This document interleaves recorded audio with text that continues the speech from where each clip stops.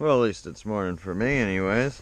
I am out here and this is my bounty of citrus trees, you guys. So, I'm getting into citrus this year, so I ended up getting a bunch of different varieties. I've got these dollar limes, which is pretty exciting.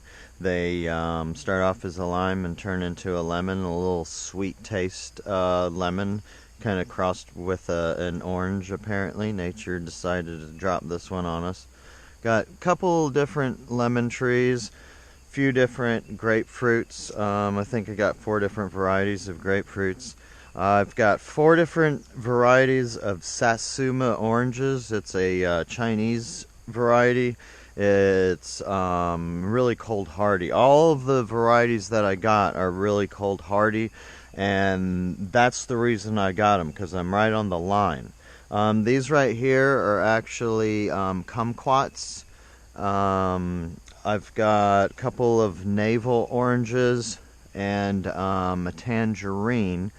But yeah, I've got a lot of these wild trifoliates, if I'm not mistaken. These are a wild orange. They grow right over there in the woods. I put them all in pots in hopes to do some grafts in the future, or just like some of these, for instance, like this one here. I just really appreciate how it looks. I mean, how it's thorny as hell and it's all doing its thing. I mean, this one's pretty cool as well. I'm gonna probably plant some of those out there just because they look cool. I can see them doing their thing over time. But all of these I want to essentially keep in the under canopy, because you're gonna end up keeping warmer in this under canopy, and it will also be out of the wind. It's going to end up being closer to the creek, so I've got the creek on either side, which will also help keep things warm. The creeks are down low and they're always flowing, so they're always going to be a certain temperature, even in the coldest of winter time. It's going to bring a little bit more warmth up here because hot air rises, right? So throughout here and down, I'm going to end up planting these guys, and I'm under the impression they're going to do well. One of the exciting things that I wanted to show you guys is the pawpaw fruit. So I have planted quite a few pawpaws over there, but coming out through here, I discovered these pawpaws. So they're not huge yet. They're not to where, you know, we're trying to eat these guys until they get, you know, closer to the size of my hand. But this is a hell of a specimen. This is wild pawpaw, and it's right next to my flame azaleas. So these are flame azaleas. Another one right over there, just a bright orange. You can see another little pawpaw growing right here. There's actually quite a few of them around in here. Right over here, there's another pawpaw. Or no. This is a hickory tree. There's a pawpaw. So these right here are pawpaws. See all the pawpaw fruit? There we go. Yeah, all these are little pawpaw fruits. This right here is a pawpaw. Any pawpaw fruits on this tree? No.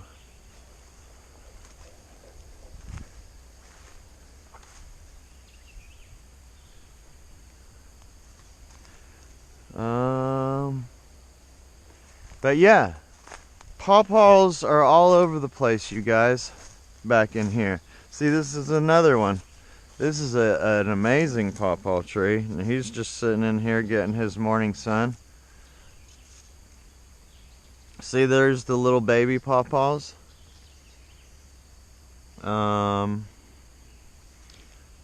So in this little area, there's probably 10 or 12 different little pawpaw trees that have already been planted here. Now, this is really freaking cool, you guys. All around in here, you can see how tall this one is. It's way up there. And how big of a, system this guy has.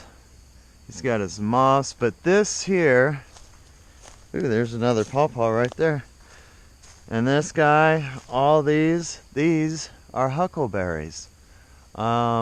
Essentially, same family as the blueberry. So a lot of people think of them as being wild blueberries. Let's find us, here we go. So this is the flower, and these are already pollinated, so they'll become berries. You can see these guys all in here. These are going to be berries. See the flowers, they're all turned into little berries, little huckleberries. So see up here how these guys are already starting to become something. These trees, especially now that I cleared out around them, and I'm gonna give them some cow poops and some rabbit poops, but you can see that one is way up there. I unfortunately cut the one muscadine vine, but this one right here I think is going to be okay. I'm going to leave it in there. But pawpaws, muscadines, and huckleberries just, oh, and the flame azaleas. That's why I picked this spot here for my camp, because of these flame azaleas. I didn't even realize until a couple of weeks ago, you guys, that I had these huckleberries here, that I had pawpaws here. I always just like the look of these trees because they remind me of some trees like in the mountains out in California. And these trees would grow, I don't know, what they were out there, but it just reminded me of these. So I saw that there was a cluster of them, and I said, man, I want to keep those just because they're cool. I want to keep, my hickory tree and my pawpaw tree and my muscadine vine. I mean, this is a lovely muscadine vine, and it goes way the hell up this tree. This is what nature does for you. So you could already see the little muscadine grapes starting to form up there on these things too. Let's see. Let me pull this one down because I can reach it. You guys see that one? Those are the muscadine grapes. Oh, here's some more. Alright, so this will just droop down and produce wild muscadines. Now I can come in here and also plant around here, muscadines, blueberries, other pawpaws, citruses, all the above. See, all this stuff in here is wild, and I appreciate this stuff. These little guys right here are really cool. Yeah, it wouldn't hurt my feelings if they shot all around here. That would be pretty sweet. And they're trying to. They're going to do their thing, I believe. I'm trying to incorporate the ferns and do all that stuff, but oh, yeah, you guys got it going on. Got all the citrus, got all the pawpaws and the huckleberries, and my blueberries are all over there. I'm going to get another batch of blueberries next year and start incorporating it in here. But I also have pawpaws I planted. There's sassafras in here. I wanted to keep all the sassafras. This is a China berry, which I will cut down because it's not where I want it to be. But I'm going to keep the sassafrases. There's a few of them. This here is an almond tree, actually, you guys. and also have Pakistani mulberries. There's one, here's one, there's one over there, but also pawpaws along in here, and then the honeyberries are placed all along in here as well.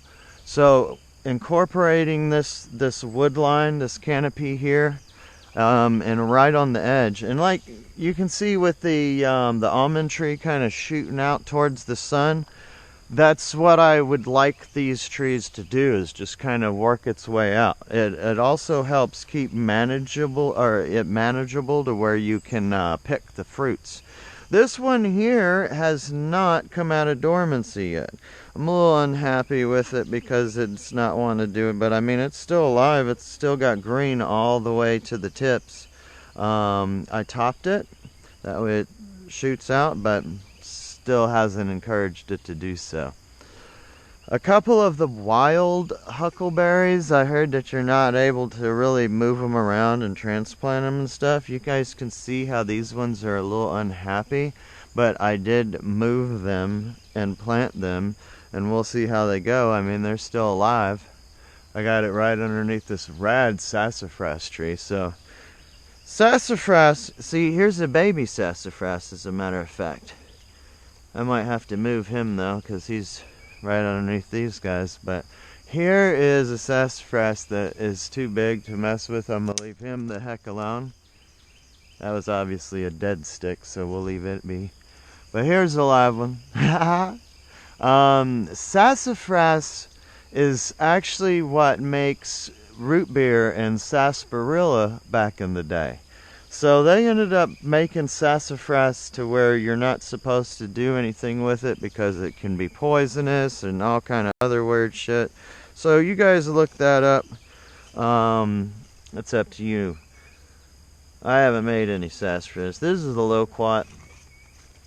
Just a little seedling loquat. I figure that would be a good spot for loquat right here. We'll see how it goes. But yeah, you guys, ended up planting all kinds of goodies this year. Here's just a little tidbit of what I'm stumbling upon in the woods as I uncover. A little bit about what I planted. I just wanted to make a quick video this morning before I start getting into doing my chores and stuff. I felt like it's about time. As you guys can see, I haven't mowed in here for quite a while.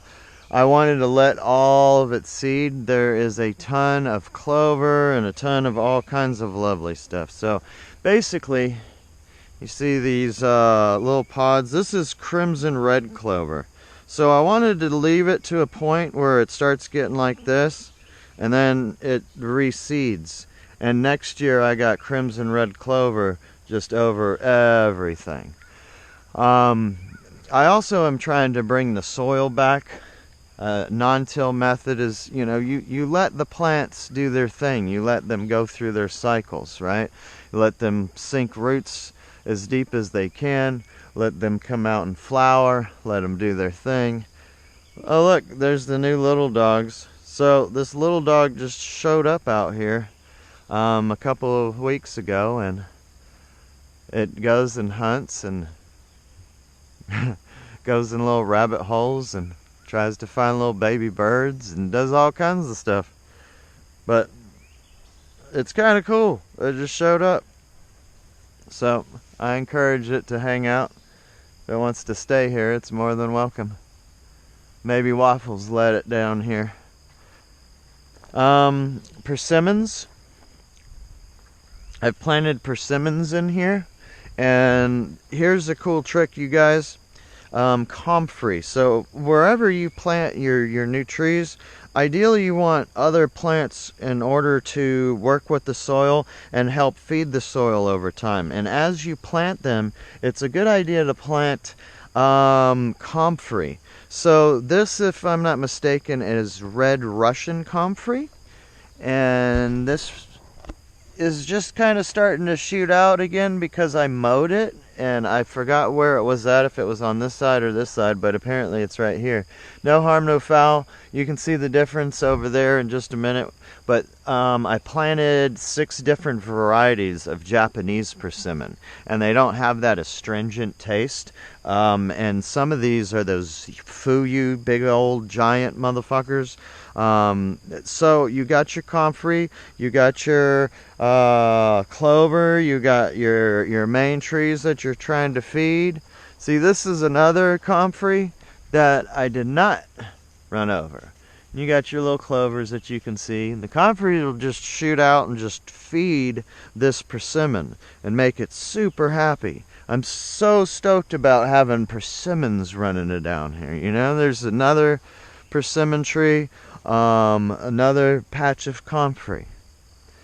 This guy right here is a colossal chestnut that I put a Ison's variety muscadine and trained it to come up, and as you can see, I mean, there's grapes all over this stuff. Here's some more. There's some. Here's some. But what I'm gonna do after this thing is done fruiting, because all this I just want to let fruit and see how it does. But I'm gonna end up pruning this all way back because this is gonna be too much weight for this tree.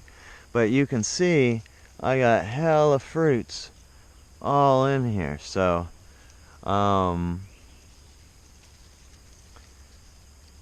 we'll see how it goes.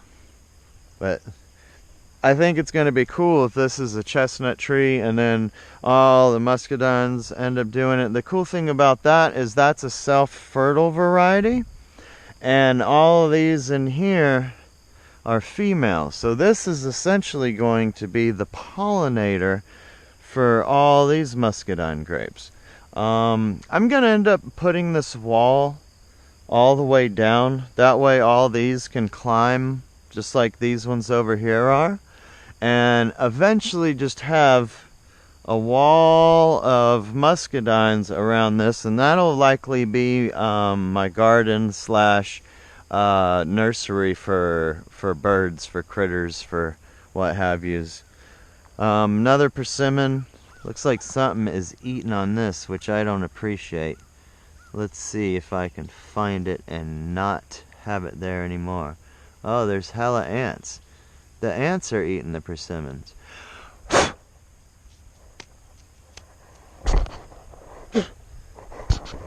Sorry, guys. I had to take evasive maneuvers. Huh. I didn't know I was going to have to worry about ants eating my persimmon tree. That's a trip. Once again, more comfrey. I'm going to put this back on. This is another pawpaw. More comfrey. Another persimmon. So I've got 12 different persimmons. I got 2 of each variety. There's 6 different varieties. And then there are also wild persimmons that run around, and those are the ones that are astringent. They do get to where at the very end of their lifespan, maybe like a couple of days, they literally are falling off of the tree at that point. You can eat them and they're delicious. Worst case scenario, the deer love them. The deer season around here just so happens to coincide when those fruits are ripe. So it's kind of neat. Plant persimmons, especially around where your deer feeders are at. The deer are going to enjoy them. This is my main patch of comfrey, so the way that this is going to work and the way that this has worked already is this is my main comfrey patch. I ended up buying some rhizomes from Etsy and had a few of them sent to me in a little wet paper towel and a little manila envelope or one of them little, bubble envelopes, and I planted it here. Now, that was 3 years ago. This thing was literally like this big last year. So when I got my persimmons in, and I was planting them, I ended up digging this all up, essentially, and I took out all the little rhizomes, the little individual ones, because they were all clustered together. And I planted one in each one of these. This here was just whatever's left over, the little chunks and pieces I knew was going to kickstart that again. And I knew all the pieces that I put in here would be more than enough to kickstart that. So each year, I'm going to dig this up. I'm going to break the little pieces off, and then I'm going to plant them around every single one of my fruit trees. I'm going to have comfrey at the base of it. All of the nut trees, I'm going to have comfrey at the base of it. I'm going to have comfrey all around here, working the soil, giving me things to make soaps with lotion, to heal skin ailments, right? Sore joints, inflammation, arthritis, all that kind of stuff. So bug bites, mosquitoes, the red ants get you. You rub some of that on you and it takes care of it. Bee stings, all of the above, you guys. It's good to have. So once again, you guys can see this is why I was waiting to mow the grass, because now it's ready for me to mow the grass and plant all of my seeds. Right now, I'm trying to get my soil to be happy again, so I'm trying to incorporate all these lovely things like the fetch and the clovers and, you know, the comfrey and all these persimmons and pomegranates.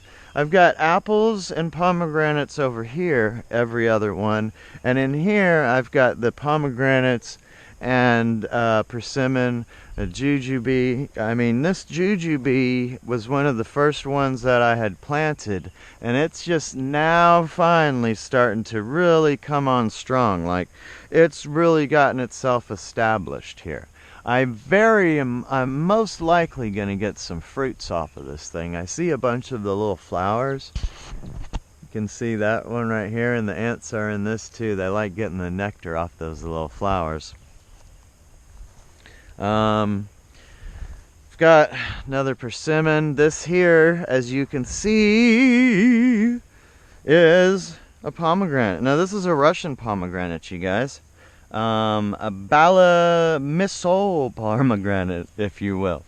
But it's riddled with little pomegranate flowers, which some of them are very likely to turn into pomegranates.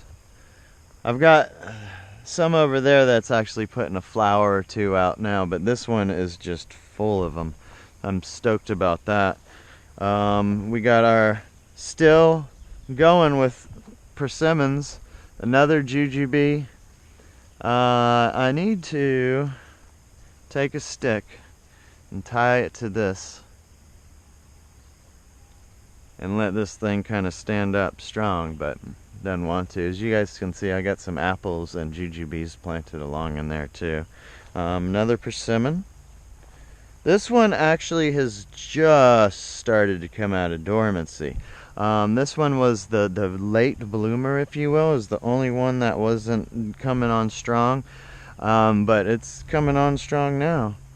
This is another pomegranate, another persimmon, another jujube. I actually ate a delicious jujube from this one last year. Yep, that's a sucker I need to push down. So essentially what I do, all these ones that try to come off of the rootstock, I just push it down and I eventually try to plant them, because wild jujubes are going to be pretty tasty as well. But that's as far as I'm coming out here, because it's starting to be sunny, it's hot, and I got to run into town, you guys. But all the apples are starting to do right.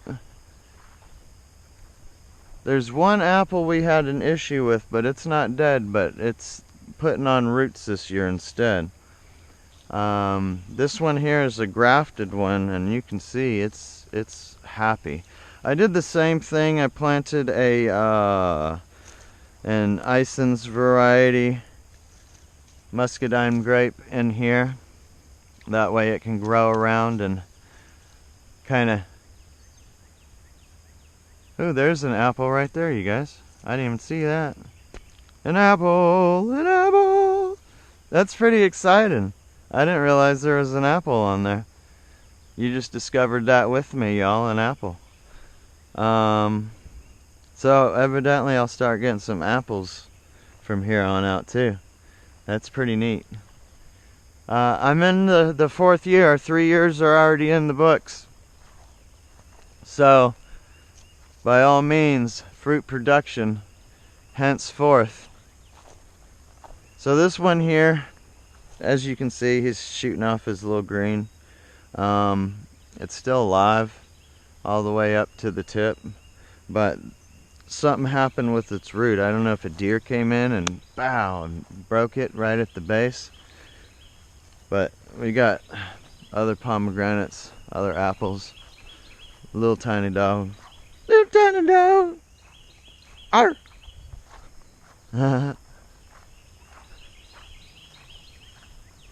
This muscadine run was also some of the very first thing that I had planted.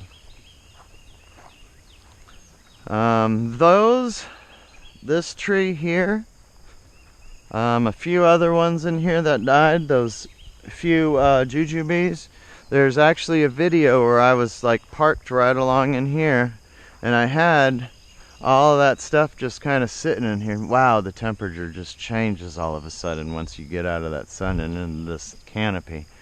But I had them all sitting out over in there. And sure enough, I made a video of me starting all this. So if you guys have any interest in looking back at the prior videos of me going through here, you guys can really see the change over time and what this place has become. I think it's going to become something pretty special. Permaculture is where it's at, in my opinion. I got all kind of other stuff, you know, that's just in here. Little doodads, all my tools, all my cooking supplies, all my little lovely things, you know, just laying around doing their thing. Little side projects. My little cow poop is under there doing its thing. Take some mixed leaves, you guys, and some cow patties and mix them together. You know, put a little plastic bag over it so it all stays, and then occasionally open it up and mix it together. This is the real excitement here. I'm super stoked about all of these citrus plants. I mean, how many do I even have? 3, 4, 5, 6, 7, 8, 9, 10, 11, 12, 13, 14, 15, 16, 17, 18 different citrus plants. I think 15 of them are different varieties. Yeah, 15 of them are different varieties. Well, I gotta get going, you guys. This is Brian, back at you. Peace out.